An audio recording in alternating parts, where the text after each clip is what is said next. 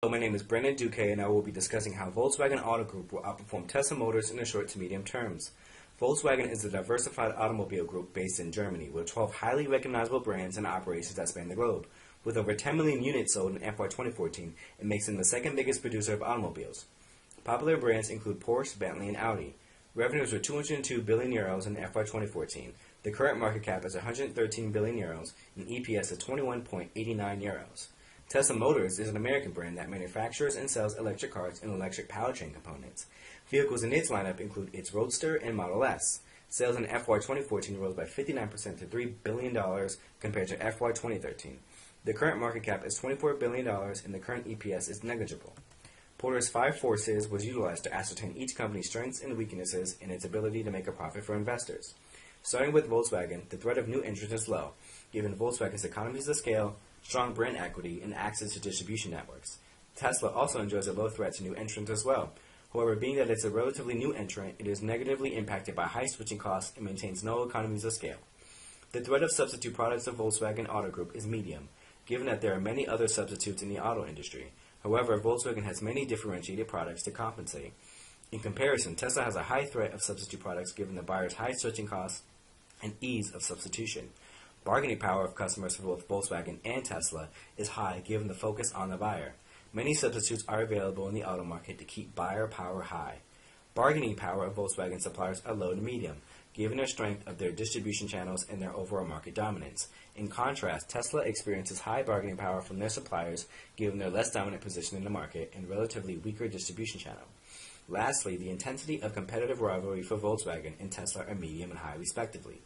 Volkswagen enjoys a competitive, sustainable advantage through innovation aided by their heavy investments in R&D and high product differentiation. In comparison, Tesla only maintains a current competitive advantage through their innovative automobile designs.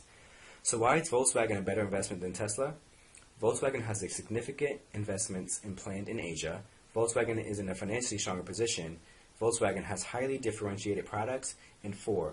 Tesla faces many challenges that will hinder its growth, such as high switching costs, limited production capacity, consumer range anxiety, and weak distribution network. Currently, Volkswagen maintains 51% of their factories in Europe and 36% of their factories in Asia. Current GDP rates are projected to see the best growth in Asia, and Volkswagen has made public plans to raise its China plant capacity to more than 4 million vehicles by 2018. Furthermore, according to a research report by KPMG, China, India, and Southeast Asian nations will experience the 2 highest compound annual growth rates of 7.4% and 11% respectively. It was reported that in 2020, China will be the major auto market responsible for nearly 1/3 of annual new vehicle sales worldwide. Overall, given the overall market dynamics in the automobile industry in both Tesla's and Volkswagen's positions, Volkswagen is more well-equipped to take advantage of recent market trends. Next, I will be reviewing HOLT's adjusted warranted stock prices for both companies based on my research using HOLT's Flex valuation tool. HOLT's unadjusted warranty price for Tesla was $70 per share, which represents a negative 63% downside. Analyzing sales, margins, and turns, it's apparent that Tesla has experienced high sales growth in 2009 and from 2011 to 2014.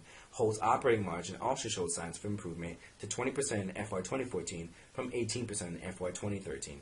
Asset turns decreased in accordance with decreased sales growth.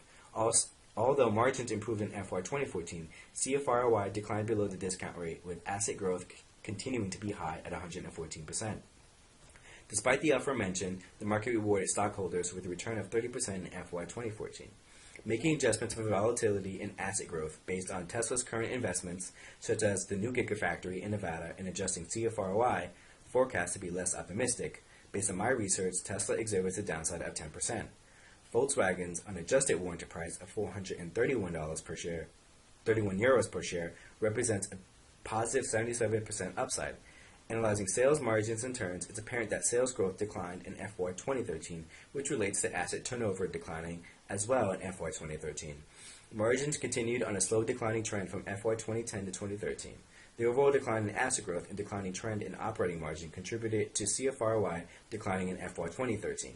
In accordance with the decline in CFROI, management smartly reduces asset growth in FY 2013 to 4% from 12% in FY 2012. Due to the aforementioned operating declines, shareholder returns declined accordingly at negative 3%. While I think Volkswagen will have a significant upside, the unadjusted model is too optimistic. My adjusted warranted price of €329 represents an upside of 35%. This resulted from adjusting the discount rate to a more historical discount rate observed in FY 2012 to 2013 and higher CFROI and asset growth levels based on the market opportunities that Volkswagen will benefit from. I'm Brandon Duque, and thank you for watching.